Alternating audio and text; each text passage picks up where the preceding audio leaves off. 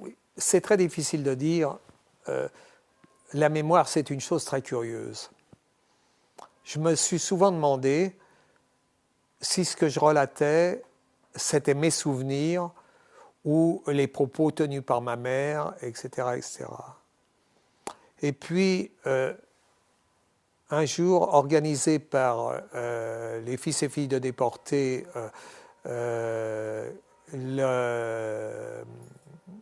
comment dirais-je, l'association de Serge Klarsfeld, pour les 50 ans de la libération des camps, il y a eu, et de l'arrestation de ces enfants qui ont fait partie du 77e convoi, il y a eu un pèlerinage. C'est-à-dire que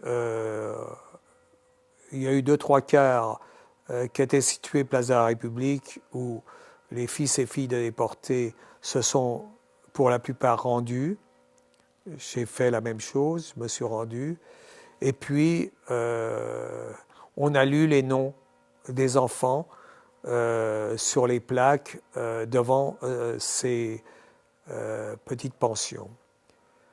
Et devant chaque nom d'enfant, on a déposé une rose. On a déposé une rose. Ce pèlerinage a duré la journée entière parce qu'il y avait de nombreuses pensions. Et c'est terminé par, d'une part, la gare de Bobigny, qui était la gare de départ quand on quittait Drancy pour Auschwitz, hein, et puis, enfin, devant le monument à l'entrée de Drancy. Drancy, les 3 bâtiments de Drancy existent toujours.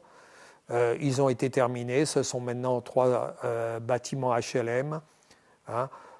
Quant au monument de Drancy, c'est simplement un ensemble de sculptures et surtout des rails et un wagon à bestiaux dans lequel il y a un mini-musée sur Drancy. Et donc, la journée se termine là, devant ce bâtiment, et d'un seul coup, j'ai un flash, et je dis à mon voisin que je ne connaissais pas, 2e escalier à droite au 1er étage, c'est là que j'ai été atterré. Fruit de mon imagination, réel souvenir, difficile. Je peux pas, je serais malhonnête pour dire que j'affirme que ce sont des souvenirs, ou est-ce que c'est le fruit de mon imagination, je ne saurais pas dire avec exactitude. Encore est-il, il faut se rappeler que j'avais 8 ans et que maintenant, mon âge